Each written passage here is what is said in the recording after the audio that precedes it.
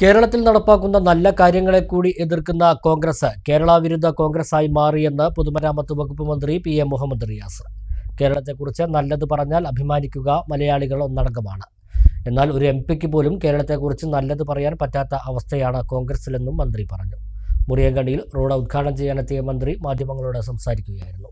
കേരളത്തെക്കുറിച്ച് നല്ല ഒരു സംഭവം ഉണ്ടെങ്കിൽ അതിപ്പോൾ വ്യവസായ രംഗത്തെ കുതിപ്പായാലും മറ്റെന്ത് ആയാലും അതിൽ അഭിമാനിക്കുക മലയാളികളാകുകയാണ് അല്ലേ? അങ്ങനല്ലേ?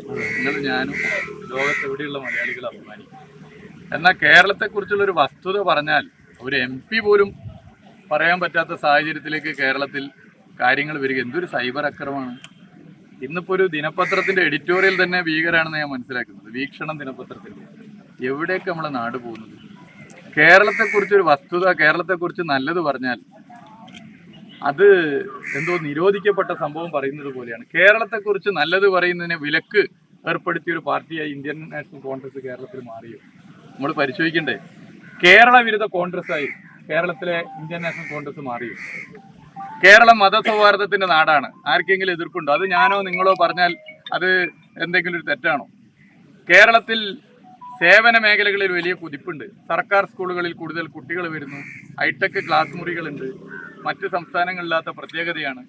കേരളത്തിലെ സർക്കാർ ആശുപത്രികൾ, ധർമാശുപത്രികൾ, അവിടെ നല്ല സജ്ജീകരണങ്ങളുണ്ട്. ഇത് പറയുന്ന ഒരു വസ്തുതയല്ലേ? കേരളത്തിൽ വ്യവസായ കുതിപ്പുണ്ടായിട്ടുണ്ട്. ഇത് പറയുന്ന ഒരു യാഥാർത്ഥ്യമല്ലേ? അത് പറയുമ്പോൾ അത് മിണ്ടരുത്, അത് വിലക്കാണ് എന്ന് പറയുന്ന കേരള വിരുദ്ധ പാർട്ടിയായി ഒരു ഭാഗത്ത് ഇന്ത്യൻ നാഷണൽ കോൺഗ്രസ് കേരള ഘടകം മാറിയോ?